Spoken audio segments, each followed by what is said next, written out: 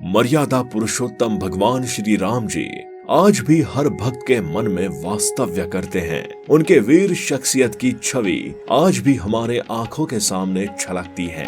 भगवान श्री राम जी ने त्यागी हर चीज आज भी हमारे रामायण की कहानी का हिस्सा बनकर रह चुकी है। और भगवान श्री राम जी ने उनके जिंदगी में अधर्म के विरुद्ध किए न्याय के युद्ध का और उनके आदर्श जिंदगी का रामायण आज की दुनिया के जबान से निकलता है और काफी बार पढ़ा जाता है। लेकिन जब बात आती है भगवान श्री राम जी के मृत्यु की, तब कई सारे सवाल मन में आ जाते हैं। रावण जैसे शक्तिशाली राक्षस की जिन्होंने हार की, जिन्होंने एक लंबे दौर का वनवास भुगत लिया, जो अवतार बनकर हमारे धरती पर प्रकट हुए थे, आखिर ऐसे भगवान और एक वीर को मृत्यु आई कैसे? इस रहस्यमय कहानी की शुरुआत होती है रावण के मौत के बाद से। भगवान श्री राम इस धरती पर 11,000 साल तक रहे हैं, लेकिन जब भी ये 11,000 साल पूरे होने आए थे, तब भगवान राम जी अयोध्या पर राजा बनकर राज कर रहे थे। और तभी उनको मिलने एक साधु आए थे। उस साधु ने कहा कि श्री राम, मैं आपसे कुछ बात करने आया हूँ, लेकिन ये बात शुरू करने से पहले आप मुझे एक वचन दीजिए कि हम दोनों को बात करता अगर कोई दूसरा सुनेगा तो उसका आपको वध करना पड़ेगा। भगवान श्री राम ने साधु को वचन दे दिया। इसके बाद उन्होंने अपने भाई लक्ष्मण को अपने दरबार के द्वारपाल के स्थान पर भेजा और उन्हें पहरेदारी के लिए खड़ा कर दिया।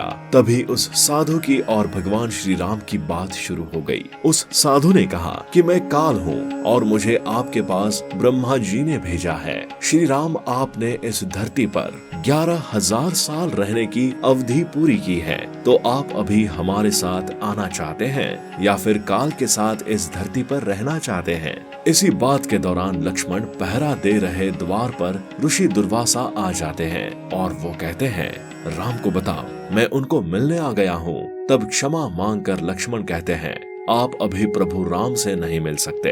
इस बात पर क्रोधित होकर ऋषि दुर्वासा कहते हैं, आप राम को मेरे आने की खबर दे दो, नहीं तो मैं भरत, राम, लक्ष्मण के सहित इस राज्य के विनाश का श्राप देकर चला जाऊंगा।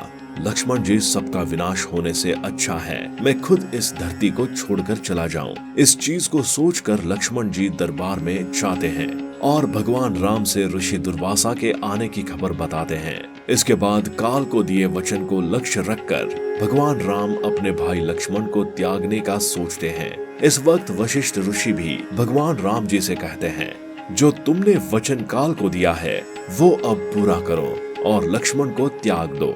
इसके बाद भगवान श्री राम अपने भाई लक्ष्मण को त्याग देते हैं।